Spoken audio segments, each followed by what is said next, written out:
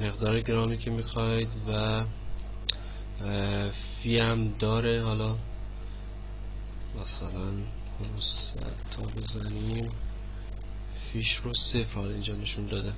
اینجا هم که آدرستون رو میزنید، آدرس حالا بیت کوین یا هر چیز دیگه، و ویدراو میزنید و بعد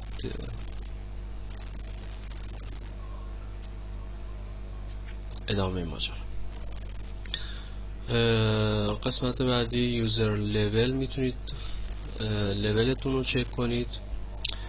الان مثلا من لول 1 هستم، 56 تا از 100 تا رو پر کردم، امتیاز گیری کردم و به 100 تا که برسه میرم لول 2 و به هم میگه که اینجا مشخصاتی رو نوشته که شما چجوری میتونید جایزه دریافت کنید.